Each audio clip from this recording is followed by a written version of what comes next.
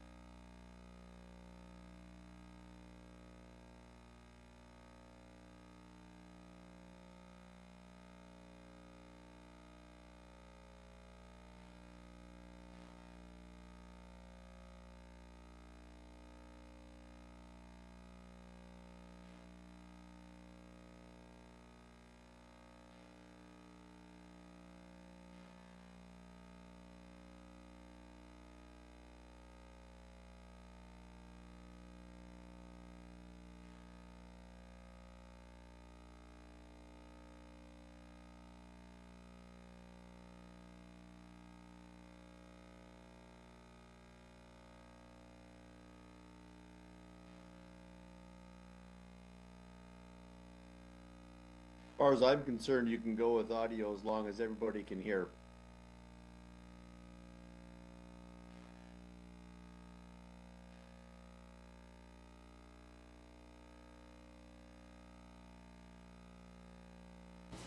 Okay.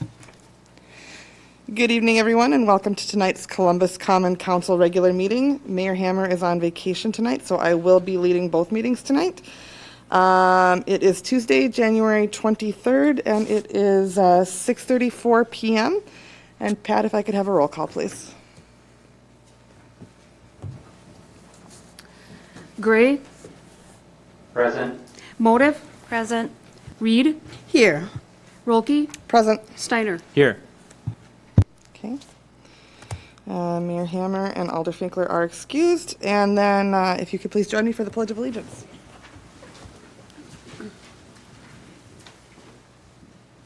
I pledge allegiance to the flag of the United States of America and to the republic for which it stands, one nation, under God, indivisible, with liberty and justice for all. Tonight's meeting has been properly noticed, and at this time, I will take a motion to approve tonight's agenda. Alder Motif will make a motion to approve tonight's agenda. Steiner can second. Thank you. I have a motion from Alder Motif and a second from Alder Steiner. Any discussion? All those in favor? Aye. Aye. Any opposed? All right.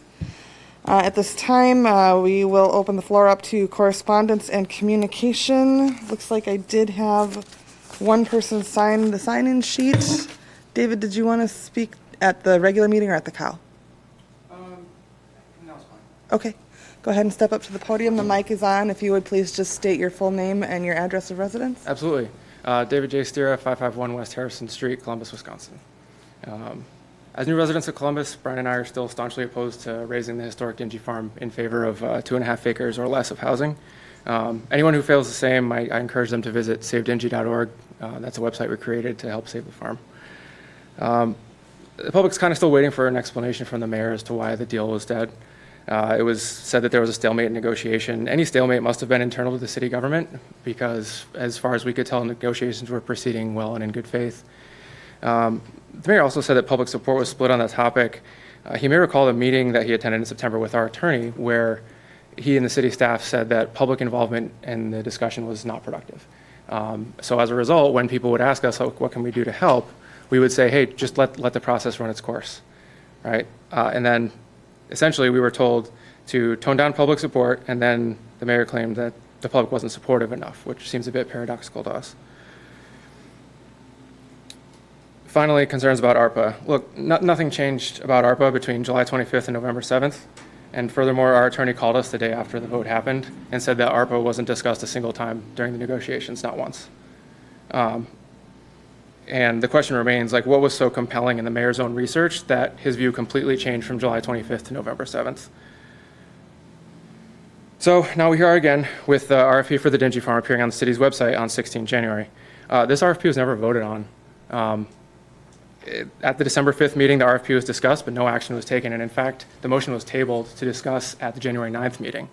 And then at the January 9th meeting, it didn't appear on the agenda, and it also wasn't discussed again.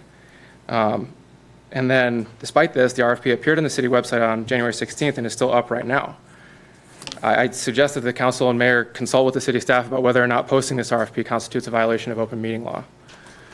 If I remember correctly, at the conclusion of the last RFP process, council members stated that the process was rushed and therefore somehow flawed from the start. It seems this time around the solution is to somehow go faster. I don't quite understand that. This new RFP aims to have a contract awarded by the April elections, a signed contract within 3 months. I mean, let's put aside the fact that the city strung us along for 5 months, but how about some honesty about what the goals are here and why the pressure to move so quickly? Our ask is simple, that this decision on the farm be put off until after the election. Let people vote the way they feel about the farm. It's become a hot button issue. We understand that. That's all I'm here to ask about. Thanks so much for your time. Thank you. We do have a letter to read in that was sent to the council as well, dated January 22nd. And this is from Nathan R. Anfinson, address 253 Meadow Lane. The letter states, "Dear members of the Columbus City Council, I write to express my deep concern and frustration over the handling of the Dingy Farm, which has brought negative attention to Columbus due to the reckless decisions of the City Council and the misuse of taxpayer money. The rushed decision to purchase Dingy Farm using federal ARPA funds without thorough consideration of its historical significance and suitability for housing development is deeply troubling. Discovering that only 2.5 of the 7.55 acres are usable for housing raises questions about the City Council's due diligence in this matter. Such hasty decisions not only jeopardize the city's financial interests, but also risk the destruction of a valuable historical asset. The public outcry underscores the community's strong opposition to housing development on that property and the potential demolition of Dingy Farm. Particularly disheartening is the dismissal of the only well-thought-out proposal submitted through the RFP process, a visionary plan presented by Dave and Brian. The proposal outlined a comprehensive timeline and vision for the farm that positioned it to become a destination in Columbus, fostering the community engagement and cultural appreciation.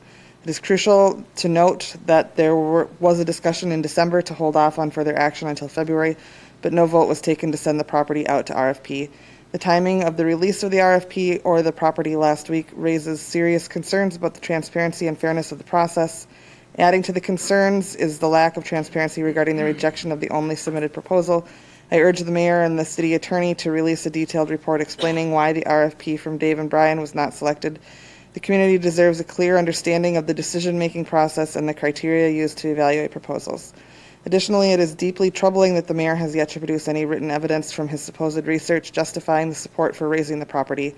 Until concrete evidence surfaces, the mayor's claim remains unsubstantiated and raises questions about the transparency of the decision-making process.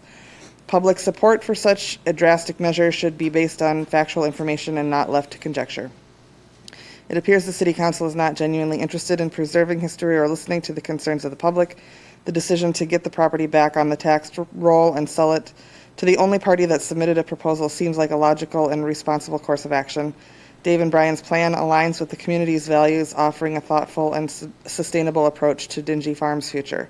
I implore the City Council to reconsider its stance, prioritize historic preservation, and rectify the negative image Columbus has acquired due to the imprudent decisions surrounding Dingy Farm. The community deserves a transparent and accountable government that values its history and actively engages with its constituents. It is my sincere hope that the City Council will take immediate action to correct the situation, restore faith in the decision-making process, and ensure Dingy Farm is preserved for future generations. Thank you for your attention to this urgent matter. Signed, Nathan R. Anfinston. I do know a couple of other people wandered in after community correspondence and communications began. Is there anybody who did not get a chance to sign up who wanted to speak at this meeting? Okay. Is Alder Gray? I would just like a clarification. Attorney Johnson, are citizen comments not by ordinance meant to be on topics that are actually on the agenda? And if they are not on the agenda, it needs a vote to be approved during citizen comments. And citizen comments that aren't on the agenda are meant to go in between meetings according to ordinance. We're supposed to have the time for them to talk to us about things that aren't on the agenda. But this is, allowing the gentleman in the audience to speak is one thing, that's polite. But reading a letter that isn't even an agenda item is completely against protocol. In my time in the city of Columbus, the Common Council has done pretty much the same thing with public comment, which is to allow people to speak on any topic that they wish at during the public comment. The reading of letters into the record is something that is sometimes done and sometimes hasn't been done, but the public comment has been always on whatever topic anybody wants to speak on. Having said that, I think that we should alter our ordinance if that's how we wanted to do. That is not how it's read, and that's not how I conducted the meetings when I was. Alder Gray, if you could please let Attorney Johnson finish. Yes, I was simply trying to answer, and I was going exactly down the path you wanted me to go. If you read your ordinance, the ordinance, I believe, is very clear that all public comment is done at the end of the council meeting off camera, and pretty much after all of the proceedings have been concluded. And in the 12 years that I've been with the city, that has never happened. So the ordinance says one thing, your protocol is something completely different, and I do not know how the protocol became what it is, but that is what it is. So if you want to go back, you certainly can, and if you want to change how you want to do things, you certainly can. That just hasn't been the way it's been done for many, many years. Until recently, we didn't have citizen comments on random topics that weren't on the agenda. Well, I can disagree with that clearly. Okay, let's move on. And We we've need- never read in a record a letter that was not on the agenda until. We can address this another time. This is also not on the agenda. Anybody have any comments to add? Otherwise, I'm going to move I forward was to making a the, point of order, which I can do at any point in time. It doesn't need to be on the agenda. thank you. Hey, I'd like to say something real quick. Uh, Citizen comment still, is that okay? We haven't moved past that yet. All right, I'm John Salzwedel, 841 Park Avenue. I'm a big-time historic advocate. I know you guys all know that I've been involved with HLPC in the past and the Auditorium Corporation in the past. We do have a pretty rare example of a intact farmstead in Columbus. I think a lot of people did like these guys' vision, and I know that a lot of, talking to you guys singly, there's a lot of support for historic preservation, but just not for this, it seems like. And I don't really care what anybody's individual thought is on it, but I just would like to see some continuity from our council and see people stop the infighting, get together, and get back to work. This is an embarrassment. Come on, you're better than that.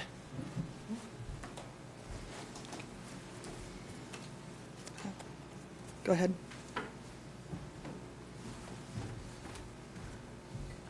I'm Ruth Hermanson, 986 Warner Street, Columbus, Wisconsin, highly involved in the historic preservation of this community.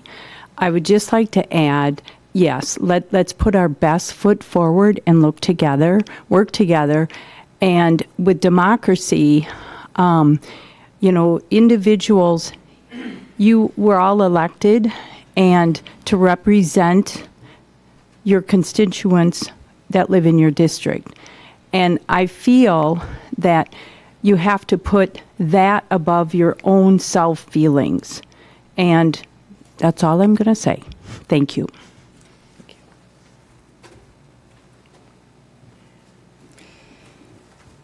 Next item on the agenda is to approve tonight's consent agenda. I will take a motion for that at this time.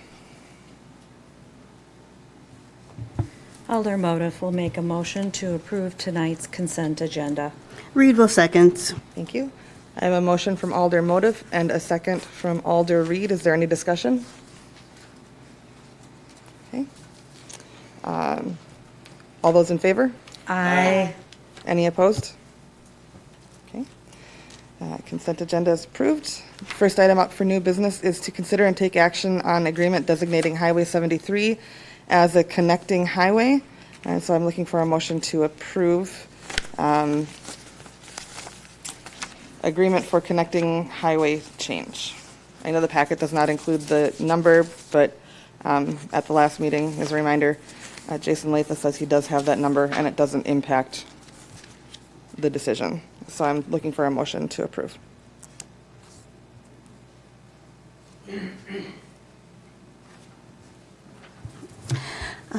Reed will move to make Highway 73 west of 89 to Heritage Way, connecting highway. Alder Motif will second. I have a motion from Alder Reed and a second from Alder Motif. Is there any discussion? Okay. Hearing none. All those in favor? Aye. Any opposed? Okay, motion carries. Next item on the agenda is to consider and take action on the conditional use permit for Marquardt RV LLC. Looking for a motion to approve. Alder Steiner will make a motion to approve the CUP for Marquardt RV LLC.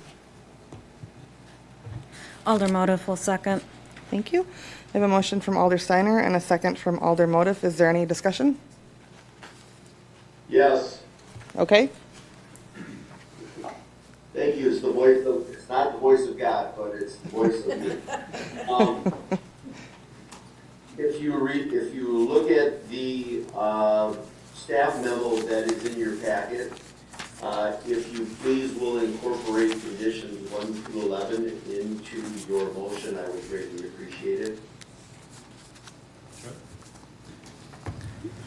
Alder Steiner will rescind last motion and make a new motion to approve the conditional use permit from Marquardt RV LLC with the conditions 1 through 11 as stated in the memo. Thank you. Alder Motif will second the altered motion. Okay. I have a motion from Alder Steiner and a second from Alder Motif. Any further discussion? Alder Reed? Well, now I have a question.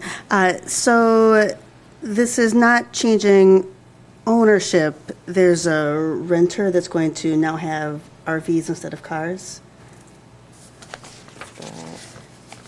Is my understanding, yes. Okay. Yeah. I'm the owner of the two properties. I can answer your question if it's appropriate. Okay, yeah, Oh, go ahead. Yes, please. So the question is, Oh, up to the mic. Yeah, sorry. We're audio only today. hi, my name is Troy Gates. I'm the owner of Gates Auto and Gatestone Properties. So Marquardt RV is buying the 200 Commerce building from myself. Gatestone Properties. That was the former Shopko building, and they're converting that into a Mark RV dealership. Thank you. Thank you. You're welcome. Anything else? Any further questions or discussion? Okay. Seeing none, since we do have a motion and a second, I'm looking for a vote. All those in favor? Aye. Any opposed? Okay, motion passes. Next item on the agenda is to consider and take action on salaried sworn officers overtime paid for by the grant, and I'm looking for a motion to approve. Alder Motif will make a motion to approve the salaried sworn members of the Columbus Police Department to be eligible to earn overtime exclusively for highway safety enforcement grant programs. Steiner can second. I have a motion from Alder Motif and a second from Alder Steiner. Any further discussion or questions? Okay, hearing none. All those in favor? Aye. Do we need a roll call on? Oh, we do. My apologies. Because there is pay involved, we will need a roll call vote on this. Gray, Aye. Motif, Aye. Reed, Aye. Rolke, Aye. Steiner. Aye. Motion carries. Okay. Next item on the agenda is to consider and take action concerning ordinance number 786-24, an ordinance to repeal and recreate section 102-61 of the City of Columbus Code of Ordinances. And the first item I'm looking for is to consider and take action to suspend the rules for ordinance 786-24. I don't think we can.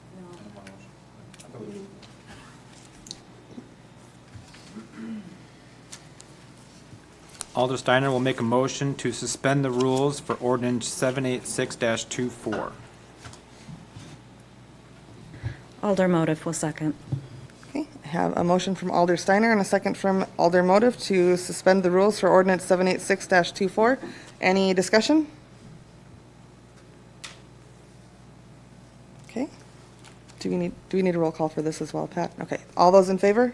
Aye. Any opposed? Aye. The next item would be to consider and take action to waive the reading for ordinance 786-24. Alder Steiner will make the motion to waive the readings for ordinance 786-24. Alder Motif will second. Okay, I have a motion from Alder Steiner and a second from Alder Motif to waive the readings for ordinance 786-24. Any discussion? Okay, hearing none. All those in favor? Aye. Aye. Aye. Any opposed? Okay. And the next item is to take action to adopt ordinance 786-24. Alder Steiner will take action to adopt the ordinance, make a motion to adopt the ordinance 786-24. Motif will second. Okay, I have a motion from Alder Steiner and a second from Alder Motif to adopt ordinance 786-24. Any discussion? Okay, hearing none. All those in favor? Aye. Okay, any opposed? All right, the ordinance passes. Next item on the agenda is to consider and take action to carry forward designated funds. Crystal, did you have anything we talked about it 2 weeks ago, but. Okay. Any questions or, okay. Then I'll take a motion to carry forward designated funds. Alder Motif will make a motion to move unspent designated funds to the general fund, totaling $793,058.48 for 3 future projects. 1, fire truck restoration in the amount of $27,358.48. 2, fire pumper truck purchase in the amount of $350,000. And 3, public safety building in the amount of $415,700.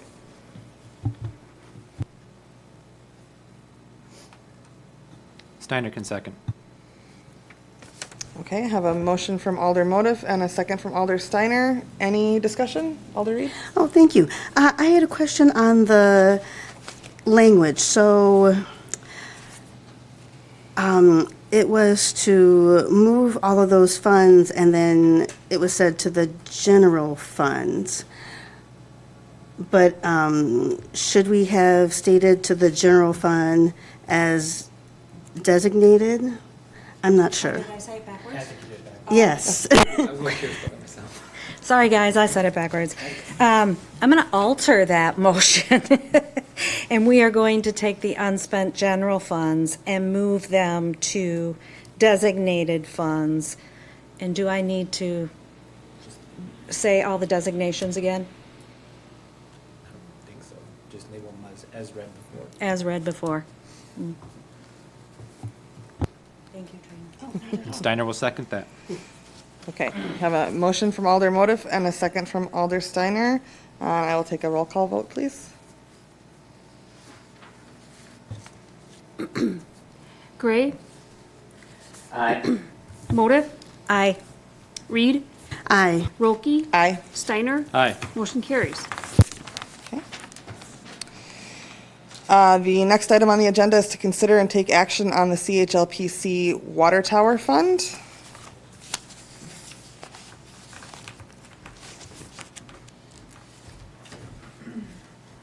I will take a moment and speak for this item because we did have some questions last time. So we do have two members from the historical group here to speak if you'd like. They can personally vouch for the request that is being presented to you. We specifically discussed the two pieces of designated funds that have been sitting in designated funds for several years, one of which was $1,580.39, classified as City Hall clock tower repairs. And it's consensus that even if it was clock tower, it's not necessary to be clock tower, and they would like those moved to the water tower fund. And also the 2006 4971 that was classified historic preservation. So if you'd like to just take a moment, I'll let them vouch for what you're saying here.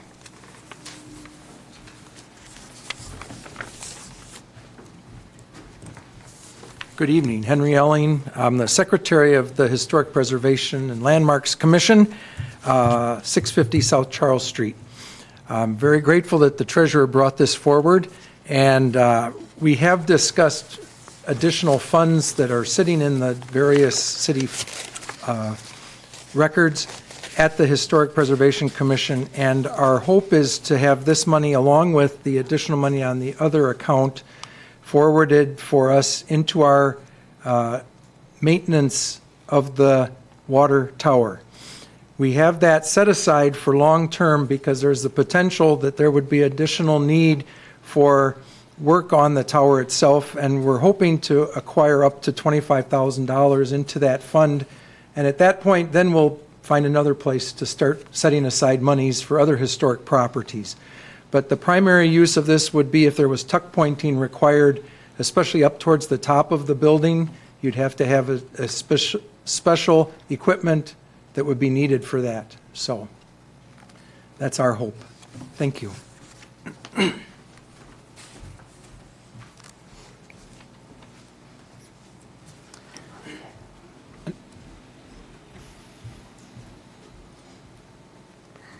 Just a note for when you're, what do you call it, when you're reading the motion. Yeah, if you wouldn't mind specifically stating that there's the four pieces, because they are two designated funds right now that need to be included. And if you look at the little summary above where it says listed support, though, there's all the dollar amounts. So $1,500 from the 2022 budget, $1,500 from the 2023 budget, and the two designated funds. That way I can move them correctly, take taken care. Get So each then the piece total of you're it. looking for, Crystal, is the 7,230 and 10? Yes. Okay, thank you. All right, so I will take a motion to move the $7,230.10 forward for CHLPC water tower funds. I'll try this. Alder Gray moves to, to move the $7,230.10, which includes the $1,500 from 2022, $1,500 from 2023 in the water tower fund, the $1,580.39 and the 2006 $49.71 to be moved and given to the CHLPC for future water tower projects in Fund 253474. Alder Steiner will second. Okay, I have a motion from Alder Gray and a second from Alder Steiner. Any discussion? Okay, can I please have a roll call, Pat? Motiv, Aye. Reed, Aye. Rolke, Aye. Steiner, Aye. Gray. Aye. Motion carries. Okay, thank you. Next item on the agenda is to consider and take action on salary adjustment during Public Works Superintendent's vacancy. So specifically what I'm looking for is a motion to approve back pay amounting to $3,675, which is 49 weeks at $75 per week from 2023, and a weekly stipend of $75 starting the first pay period in February. Or we could, according to Pat, choose to begin going forward immediately at our discretion for the DPW administrative assistant, and the stipend to be reviewed by the city administrator and mayor. We do not have a memo in our packets. She just gave that to me to read. Alder Motif will make a motion to approve back pay in the amount of $3,675 from 2023 and a weekly stipend of $75 starting the first pay period of February for the DPW administrative assistant, and the stipend be reviewed by the city administrator and the mayor. Yep. Reed will second. Okay, I have a motion from Alder Motif and a second from Alder Reed. Any discussion? Okay, hearing none. Can I please have a roll call, Pat? Reed, Aye. Rolke, Aye. Steiner, Aye. Gray, Aye. Motiv. Aye. Motion carries. Thank you. Next item on the agenda is to consider and take action on claims in the amount of $2,315,184.07. Alder Motif will make a motion to approve the claims in the amount of $2,315,184.07. Steiner will second. Okay, I have a motion from Alder Motif and a second from Alder Steiner. Any discussion? Okay, may I please have a roll call, Pat? Rolke, Aye. Steiner, Aye. Gray, Aye. Motiv, Aye. Reed. Aye. Motion carries. Okay. Next on the agenda is report of city officers. Matt, did you have a report for today? Just 3 items briefly to educate the council and public on. You may have noticed we're doing recap of council meetings and trying to post those on the website and social media the day after council meetings, just to kind of give a recap and summarize the action taken by council. Secondly, you may have also noticed that earlier today, agenda comments were posted, just trying to better explain and summarize the items on the council agenda. Those were also on the website and linked to social media as well.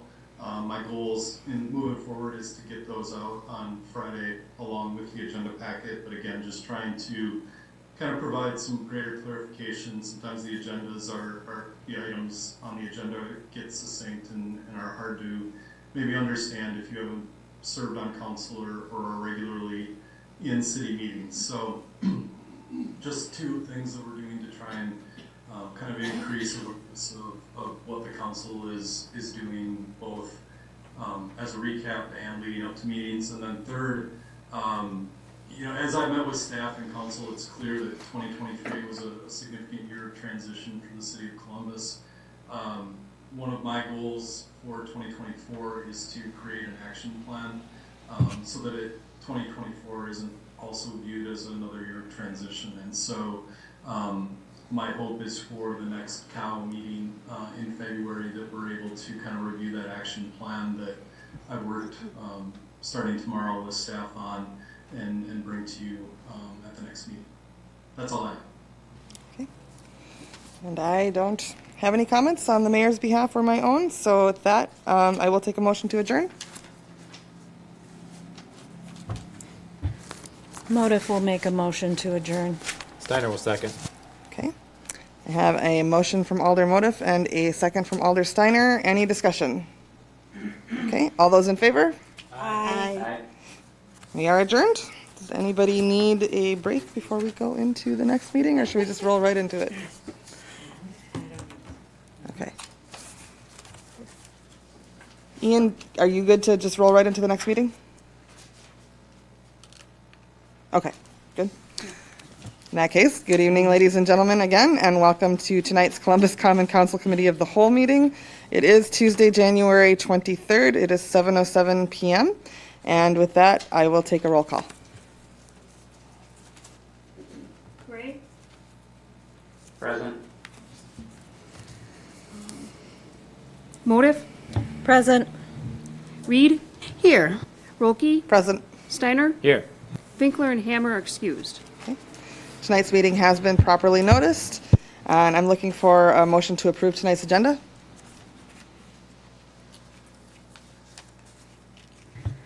Alder Motif will make a motion to approve tonight's agenda. Steiner will second. Okay. I have a motion from Alder Motif and a second from Alder Steiner. Any discussion? Okay, all those in favor? Aye. Aye. Any opposed? Okay, we have approved the agenda. I didn't see anybody else signed up for citizen comments. Just one more time, is there anybody here who, go ahead, Henry.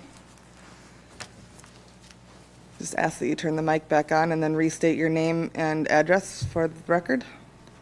Thank you very much. Henry Elling, 650 South Charles Street, Secretary of the Historic Preservation Commission. I see on your agenda that you have discussion about the amended and updated Historic Preservation Ordinance. I hope that you will be able to forward this to the Plan Commission this evening. I encourage you to do that. I'm excited that you will be able to do that. It's my understanding that upon submission to the Plan Commission, they will review it and then schedule a public hearing. And my only request is that the Secretary of the Plan Commission would send the Historic Preservation Commissioners a notice about that public hearing so we know when it's coming. Thank you. Thank you. Anybody else with public comments? Okay. Included in your packet tonight, you will find department reports from Fire, Library, Lifestar, Police, Treasure, and Wastewater Treatment Plant. Next item on the agenda is to discuss tobacco license application for Last Minute Vape. I didn't know if we had anybody here who wanted to speak on that. Doesn't look like it, so I'll open up the floor for any discussion, comments, questions. Is there any reason it came to COW? Yeah. All licenses. Always, yeah. Are we comfortable moving this forward for vote in 2 weeks? Okay. Next item on the agenda is to discuss purchase of rural fire truck. And Crystal, did you want to speak on that one? Give me just a moment. Sure, yeah.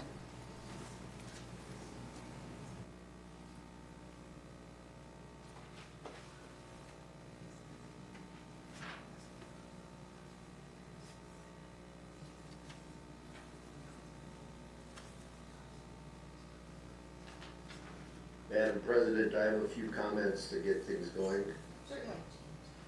By all means. This is something that I am not sure if the council knows anything about this, or if they do know something about this, I'm not sure how much. But what is before you, I think, and before I say anything else, I'm not sure how much I know about this, to be quite honest. But what I think is before you is a request from the rural fire group to contribute to the purchase of a new fire truck that will replace an existing piece of equipment that is used by the fire department and the rural fire group. The city is party to an agreement with the rural fire group that directs and dictates how some of the equipment is bought and used and paid for. This is one of those pieces of equipment.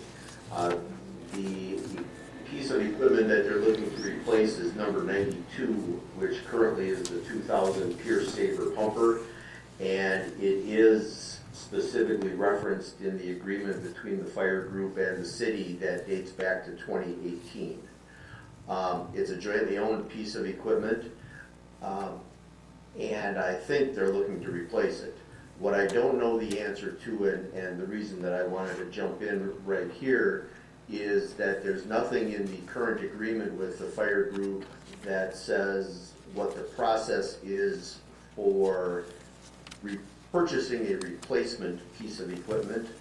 There's nothing in the agreement that says what happens to the piece of equipment that's being replaced. There's really just no rules in this current agreement with the fire group as to how this is supposed to be handled. I'm not saying that to oppose this project or anything like that, but what I am suggesting is that if this is going to move forward between the time of now and the time of delivery of the new truck, if that occurs, the city and the fire group really should sit down and review the agreement that they have in place and make some amendments to take into consideration this particular transaction. And that's all I have for now. Okay, thank you. Crystal, go ahead. Ditto. Yeah, we have discussed those items. This is the replacement truck, as Paul noted, and it would be a 50-50 share, and they're basing it on the agreement. And what you see here is it started with the 2023 budget. Some of it was put in there. They didn't have everything finalized yet. It kind of came right after the budget. But we do have our final numbers. We're looking at 2026 or 2027 budget year to be able to budget for the rest of our half.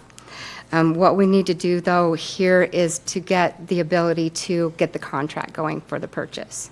So it's going to take some steps, but step one is to get a contract.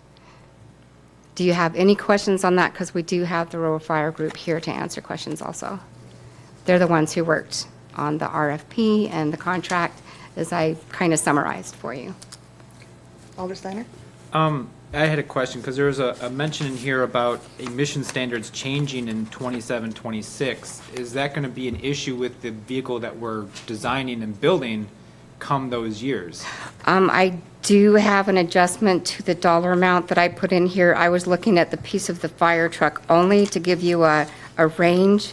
I used the fire trucks, the price that we're looking at trying to secure, the 1.162676, and not to exceed $1,225,000. That was giving a 5% increase in case we can't get things closed till later in February. We're pushing for that original number, but we do need to include the other pieces because those will be handled somehow during that process. So instead of using not to exceed $1.225 million, we need to use the overall cost, which is on the second page of the summary that the rural fire group provided to us, and it's $1,270,809.80. And if you notice on that page, it does, that's where you picked it up from. And that would include the 45,000 increase in emissions if that has to happen. So then you're looking to not exceed 1,270,809.80, is that? Correct. Okay, all right, thank you. And we're good Alder with Reed? that. Oh, thank you. Two questions.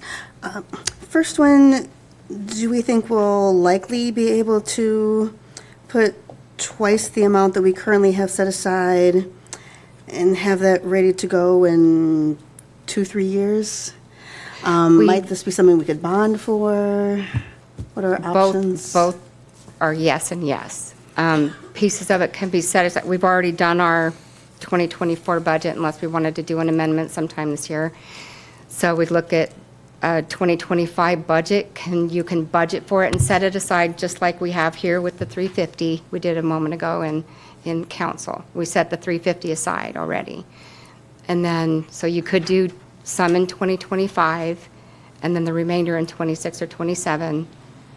And at that time, I mean, any of the years you could actually put it into a bond and hold it, or wait for another year. We are going to do bonding because we're doing bonding in 2024. We most likely will be doing it again in 2025. Thank you. And then when is our current contract with the rural group up for negotiation again? Do you have a date? The contract expires in 2027. I'm sorry, can I Do just you- have you come up so that Alder Gray can hear you too? Yeah, let's get John up here. So I'm John Carlson, the president of the Rural Fire Group. If I remember correctly, the current contract expires at 2027.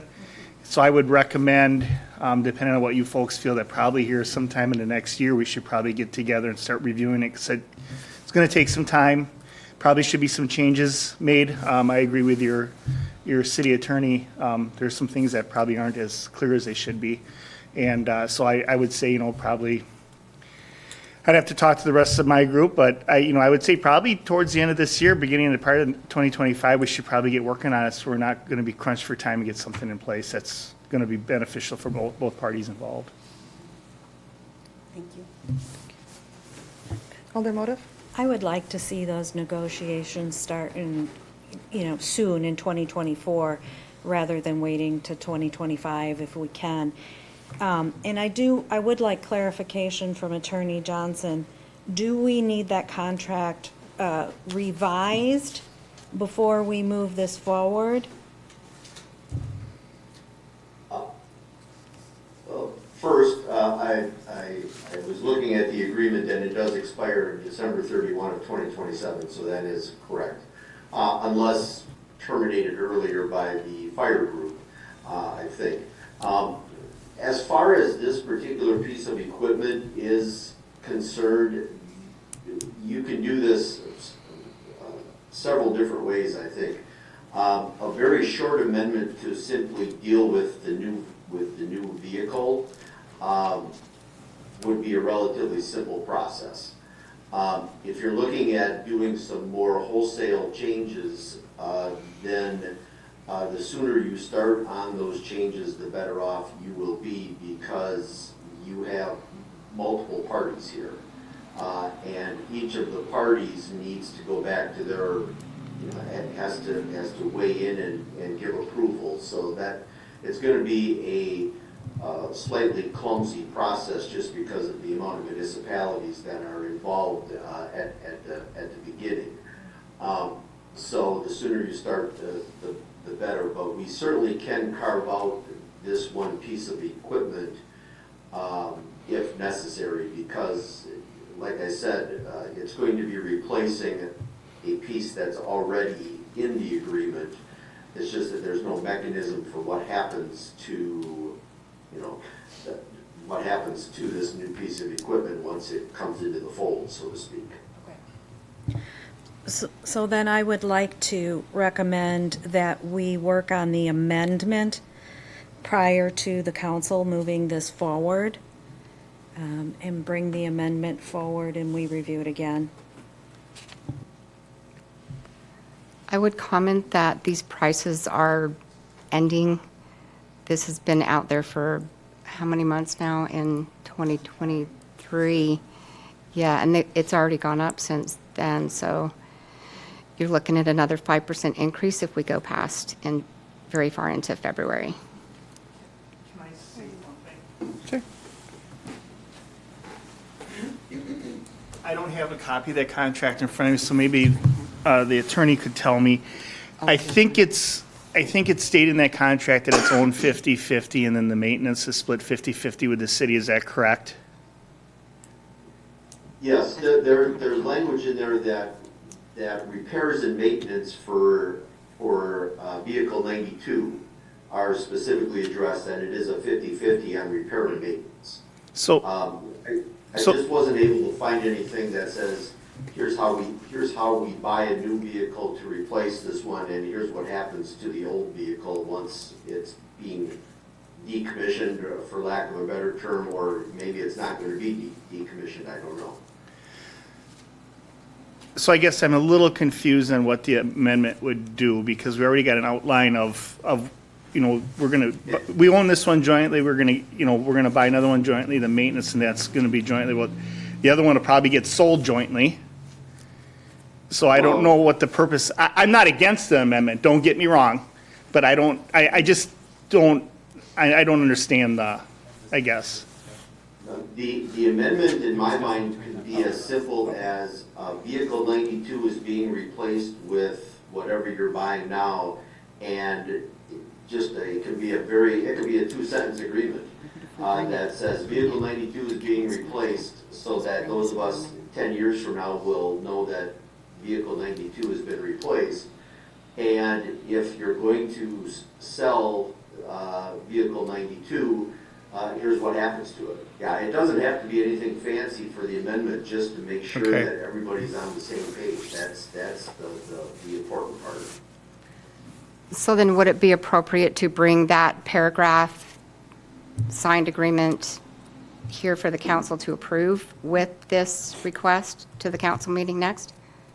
When you're, again, I see you, the Alder. fire group has to be, if it's the city's intent to enter into the same agreement with this new vehicle as it has with 92, it's a really simple agreement.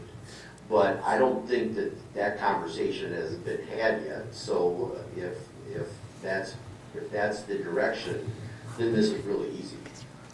Alder Gray? So to put everything in super simple terms, basically, I think everyone is on the same page, it's just not written how it's supposed to function. I believe everyone believes that this new vehicle should be under the same terms as vehicle 92. So I think bringing it to the next regular meeting with an amendment, a proposed amendment for us to approve alongside it, that says this vehicle is replacing vehicle 92, and all rules and regulations associated with vehicle 92 shall apply to this vehicle, and the proceeds from the sale and or the sale of this vehicle, however we get rid of this vehicle, of vehicle 92, shall be dispersed equally 50/50 amongst the rural fire group and the city of Columbus, Wisconsin fire group. So it's just that simple. We just need to have that alongside this.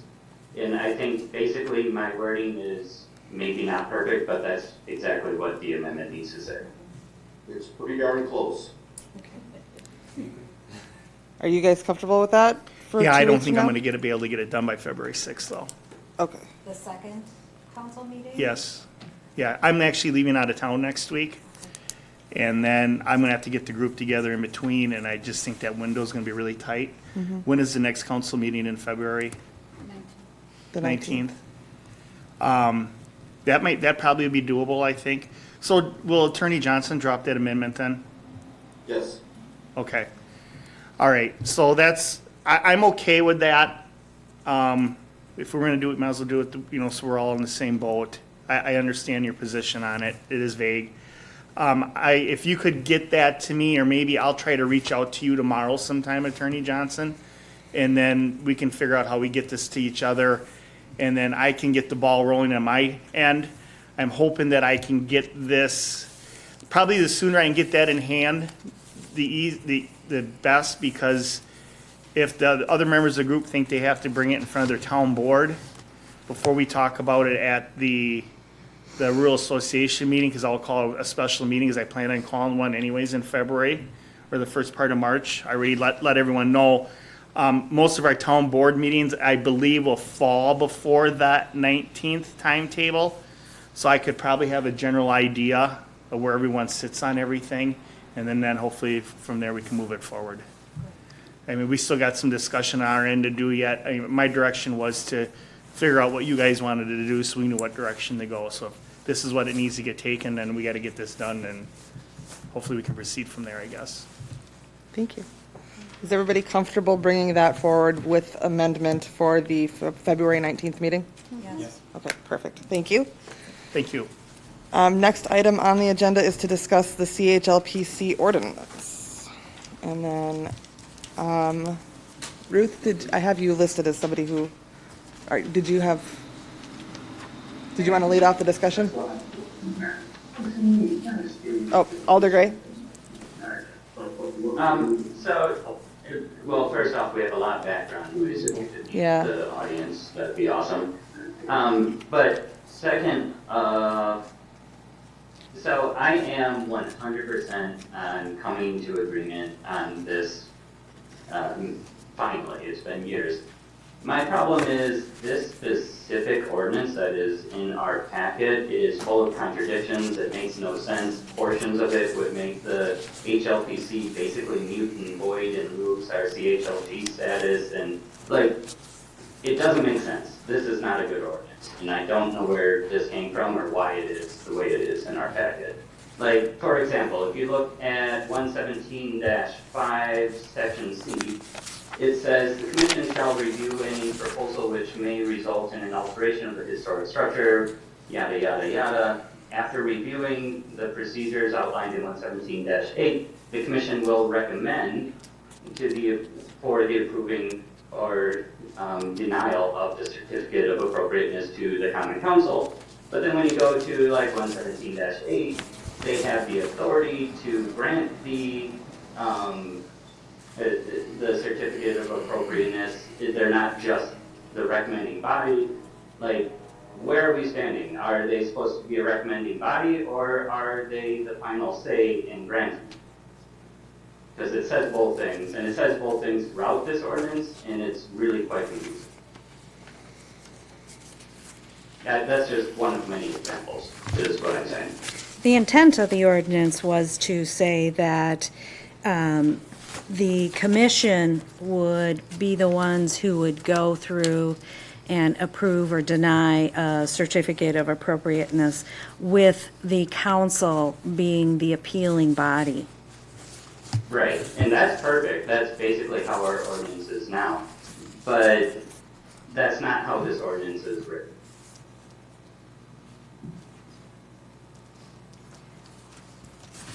Henry, did you have any understanding when we went through? So let me explain a little bit to others that are here. Both the Ordinance Ad Hoc Committee and the HLPC sat down and did this ordinance together. Did you have an issue with what was in here? I'm going to have to correct you just a little bit. There were members of the Historic Preservation Commission that were at your meeting, Yes. and you folks decided what the language was going to be. Mm-hmm. We met, last July, I think, and we went through some comments and concerns at that point. But since that time, it's been your committee that's been drafting this ordinance and putting it together. Mm-hmm. We have been at the meetings, absolutely. There's no question about that. And that's why we're anxious to have this proceed somewhere so that we can make a public comment at the public hearing and identify those changes or ideas that we think are necessary.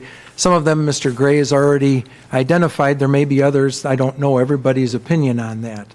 But the draft that I understand is in your packet this evening is the one that was recommended by the subcommittee. Yes. Yes.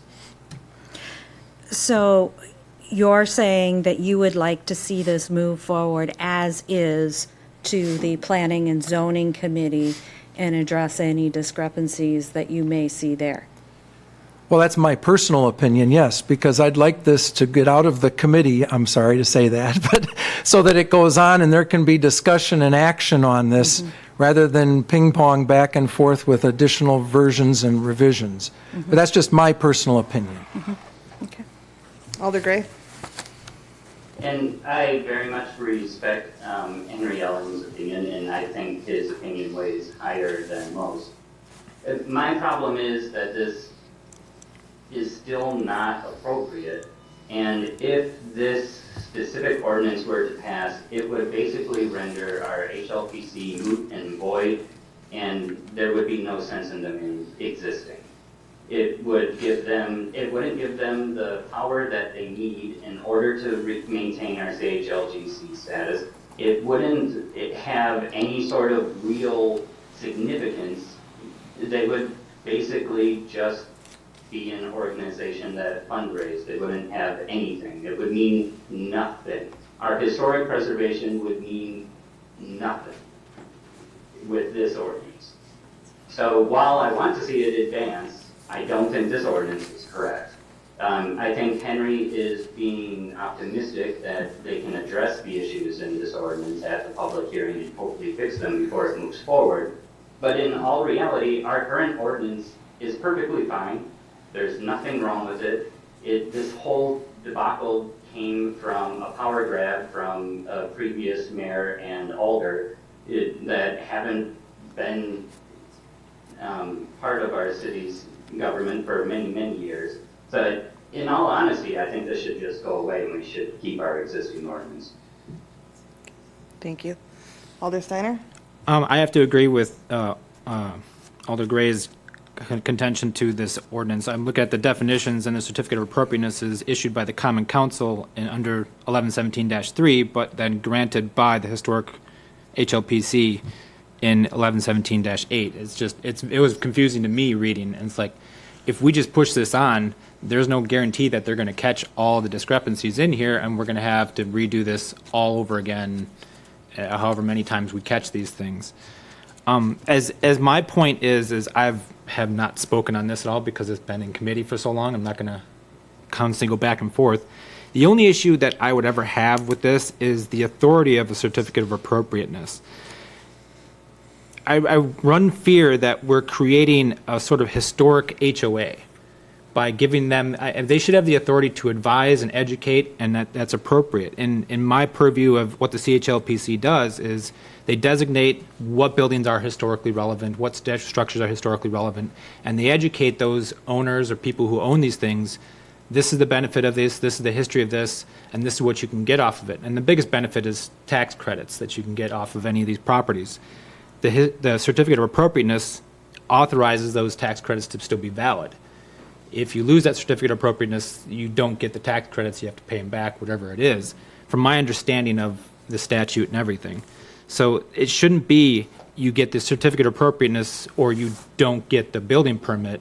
These are private properties, these are owners that should have to do what they will with the property, but it should be encouraged and informed as to the benefits therein of maintaining a historically relevant building. And that, I mean, when you look at the wording of it, in 1117-8, Section A, this chapter of such property to demolish such property unless certificate of appropriateness has been granted by the Historic Land Commission. Unless such certificate has been granted by the CHLPC, the city's building inspection department shall not issue a permit license for such work. It's not their position to say what you can and can't do with the property, because building permits are for, legalities and safety, not for aesthetic. And it may sound harsh to say that, and I love history. I live in an old home myself, but it's where does the authority line draw? And I think that it should be completely advisory and educational, and everything should just go, they should dole out the certificate of appropriateness under the guidelines that they have. That's totally fine, but it shouldn't be you do it our way or you don't do it at all.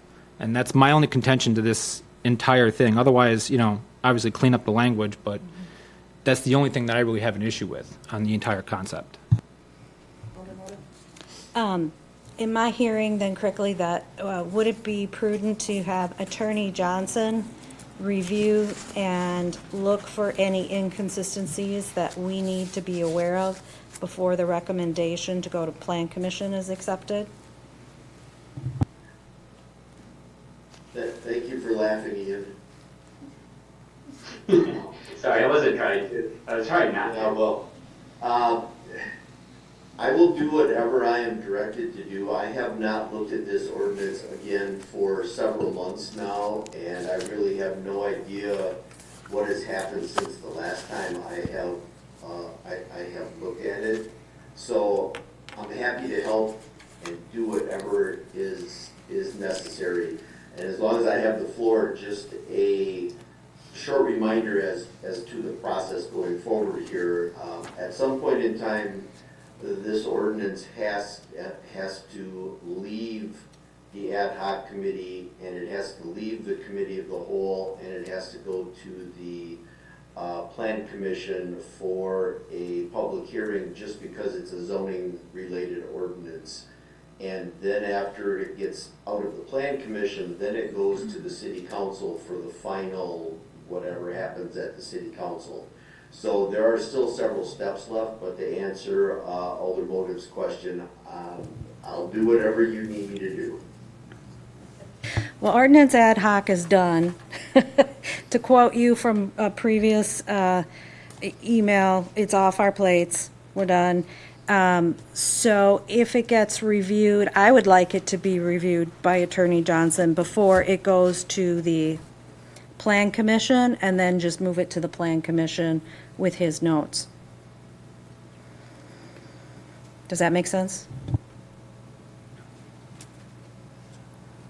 Alder Gray?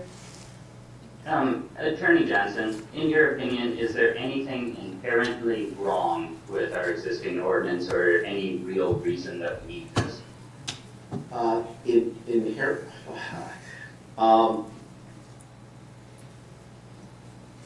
Inherently wrong? No. The power grab came about because of the realization that the HLPC was the first and final answer on some topics. And ever since, that's what started this whole process, was a couple people who didn't like that idea. And ever since then, we've been going back and forth with the issue of who makes the final call here. Is this a HLPC making a recommendation and the council making a final approval? Or is this an HLPC making a decision and the common council being an appeal body? And that's what has been, and that is what Ian pointed out in the discrepancies that sound like they're in the ordinance still, is that there's been a lot of back and forth on that particular topic. And I think if the council wants me to read through this and try to clean things up, I need to have a very definite answer on that point as to exactly what is this HLPC decision and council appeal, or is this HLPC recommendation and council decision? That is the single most important issue that I still don't know if there's an answer to. Thank you. That's exactly what I'm trying to get at. And if the intention is for it to be a CHLPC decision and a council appeal, is there any reason to change our existing ordinance?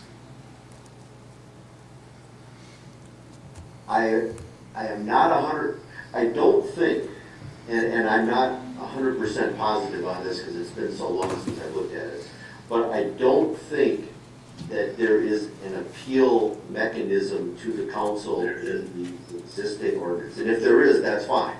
But I seem to remember when this blew up 6-7 years ago that was the big issue, that there was no appeal to the council, it was an appeal someplace else. Alder Motive? So, Excuse me, I'm sorry. Alder Motive had her light on. I'll get back to you after Alder Motive and Alder Reed also had no, her. I'm sorry, it's hard because I can't even see you guys, so. I know, I apologize. from the meetings, the ordinance ad hoc meetings, which the CHLPC was there, we did talk through issues and things that they would like in the ordinance, and we, of course, interjected some things for the city. But it was the intent that the CHLPC be able to issue a certificate of appropriateness, and then the council is the appeal body. I believe you're right, Attorney Johnson, in the way that it is that it's the circuit court that's the appeal body currently, correct? We were trying to keep it out of the circuit court if we could. Well, I think that's how I remember it, and that was not appealing to anybody. Bad pun, sorry. Alder Reed? Oh, thank you. Yes, at this point, I'm thinking of just leaving the ordinance as is for a while. It sounds like we as a council need to go through this with a fine-tooth comb and perhaps just change one tiny section on the appeals process. Alder Gray? I mean, honestly, I think Alder Reed is on something. If our current appeals process isn't sufficient, why don't we just make an amendment to the current one instead of creating the wheel? Like, if we need a better appeals process, amend the current one for appeals process. But this is, I mean, this ordinance has been going on for literally years, and it still is nowhere, and it still makes no sense, and it still contradicts itself. We can hope it gets fixed in public comments and forums and things of that nature, but it hasn't gotten fixed for years. And the current ordinance isn't broken. There's nothing really wrong with it. Maybe the appeal process could be better. Amend the appeal process. Like, I don't understand why we are subjecting ourselves and our entire community to this, like, absurdity, and why it's been sitting here forever. Alder Steiner? Alder Motiv? It seems like we haven't made a decision on this particular ordinance, so I mean, this isn't going to go forward. That's for certain. No. I'm fine with just amending the other ordinance if that's what needs to be done. I just don't know really how to answer that at the moment without further research. Ruth, do you want to come up to the podium? Hi there, I'm Ruth Hermanson, CHLPC Chair. I've been dealing with the ordinances for about 7 years, and remember the library annex building. And what we did there, we followed the ordinances, because if they were going to tear it down, we needed to have a public hearing. And it was my understanding, I don't have the ordinance in front of me, but we had to follow that procedure, and we knew that we don't have, even at the state level, we don't have that kind of power to say, you're not going to tear this building down. What might happen through the process, such as a public hearing, that it is, what the city ends up is a picture of the building that was there, maybe some history about it, and they build whatever they want to build. I don't want to say we're powerless, but we have the power going through the process to educate people, and then they can make the decision. And back then, it was my understanding, and Attorney Johnson, I can't remember either, it would be that we'd go through the process, and then for some reason, I thought then it would go to city council. And I might be totally wrong on that. That's like 7 years ago. We've run it by the state several times. Joe DeRose was here probably 6 years ago, and then Jason Tisch was out here. They love our ordinances. They've commented that there's an appeals process in it, they said whoever wrote these, they allowed for every type of what if. And if we just need to amend something, because right now none of us can answer that question on the appeals process, we would be in full agreement with it. The copy that was, we've had so many copies and so forth, and the copy you have in hand right now, it's limiting our powers. It's bringing us down to like 5 members, and it's not a lot of people have seen that copy until the last ad hoc meeting. So we did not have a meeting and say, yeah, we're in full agreement with that, because we weren't asked to do that, okay? So for clarification, that copy that you have in the packet was a big surprise to us. It didn't reflect all the changes from all the previous meetings, and I think we just need to move forward as simply as possible, because otherwise we're splitting hairs. And if we can just make that simple amendment after Attorney Johnson reviews it, CHLPC would be gladly in form of keeping it. The other thing that I do want to tell you is on these COAs, I don't believe in my serving on the commission, not once I don't think it got appealed.